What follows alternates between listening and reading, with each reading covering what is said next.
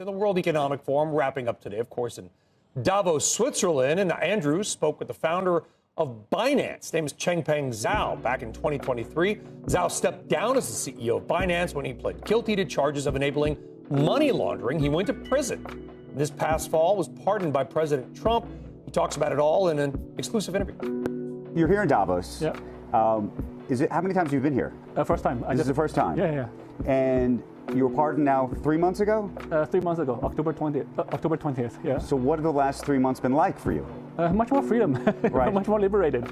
So yeah, I think it's just psychologically, it's like a burden that's just lifted. So I feel much more. I was a free man before, but Right. with a felon status.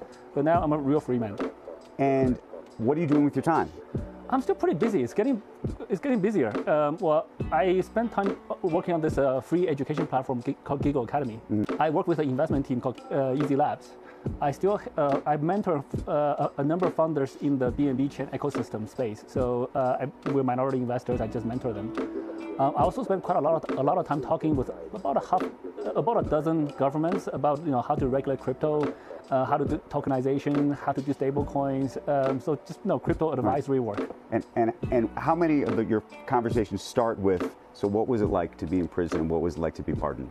It's definitely a conversation starter. People are very curious about the experience. Most people don't start with that. Most people they small talk for a little while. Right. Because starting with that, some people I don't get offended, but some people who have been to prison may get offended. So Well, I'm going to go straight there. I want to know though. What was it like? It's not fun. It's actually, the movies are pretty accurate. I wrote it in my book, upcoming book. You get, my first roommate is a double murderer. But he's been there for like 12 years. He still have 18 years to go. And then, he got moved to a low security prison. Nice guy. But it's not a good experience. Did you expect this to happen? No, absolutely not. When I went there, my knowledge from all my legal team was no one in U.S. history has ever went to jail for a single violation of a Banking Secrecy Act, which is a registration failure.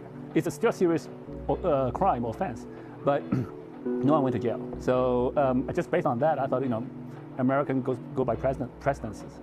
And if we go by that, I should be I think the maximum people got, most bank CEOs just get a deferred prosecution agreement, DPA.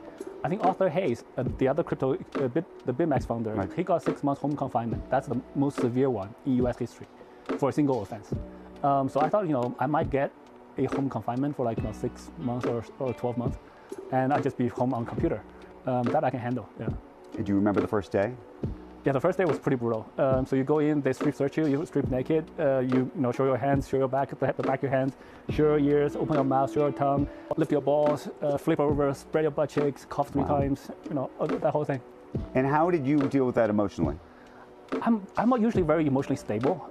So I just thought, I 4 months, I just got to get through it, right? So it won't be fun, but I'll just get through it. So I was like, okay, this is just another day. Yeah. And what was the pardon process like?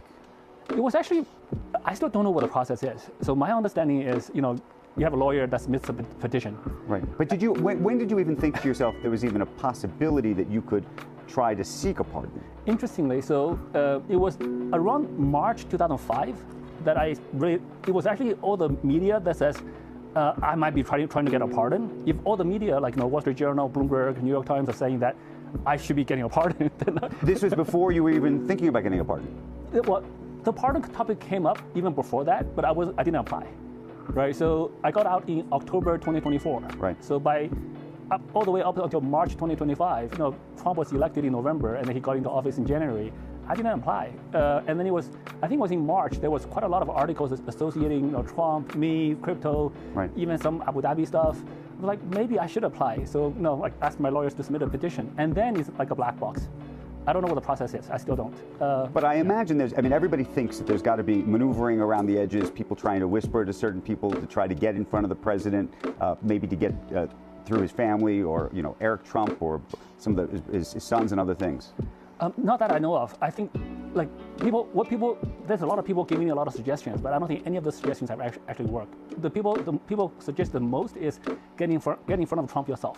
Right. If Trump sees you, President Trump is like a guy that goes by his intuition, but I never got in front of Trump. So I just waited, and then suddenly it happened. Yeah. Have you had the chance to talk to him? No, not yet. The closest I got to him was today when he was doing the Board of Peace session. I was in the audience. I was about 30, 40 feet away from him. Never talked to him. Never shook hands. Never. But now I've met him kind of in person, but right. The stage audience type of relationship. Would you like to say something to him if you could? I want to express my appreciation to him. Obviously, yeah, I would love to. I'm super appreciative of the pardon I got. Right. As you know, there's been a lot of questions about the pardon and the connection between Binance and the Trumps and what that looks like. Can you speak to that? Based on my knowledge, there's really no connection. I mean, I think the only thing is, look, the Trump families are in crypto. Right. Binance is a large crypto player, and the President Trump's administration is pro-crypto, and that helps all the businesses in crypto. That's just good for the crypto industry and good for America as well. I think the connection, though, if I'm wrong, was this idea of World Liberty Financial, right? Because that's what that was used in terms of connecting into MGX and the connection with Binance. Yeah, quite a lot. Okay, yeah, maybe you can be more precise. What do you think is wrong with that precisely? Yeah.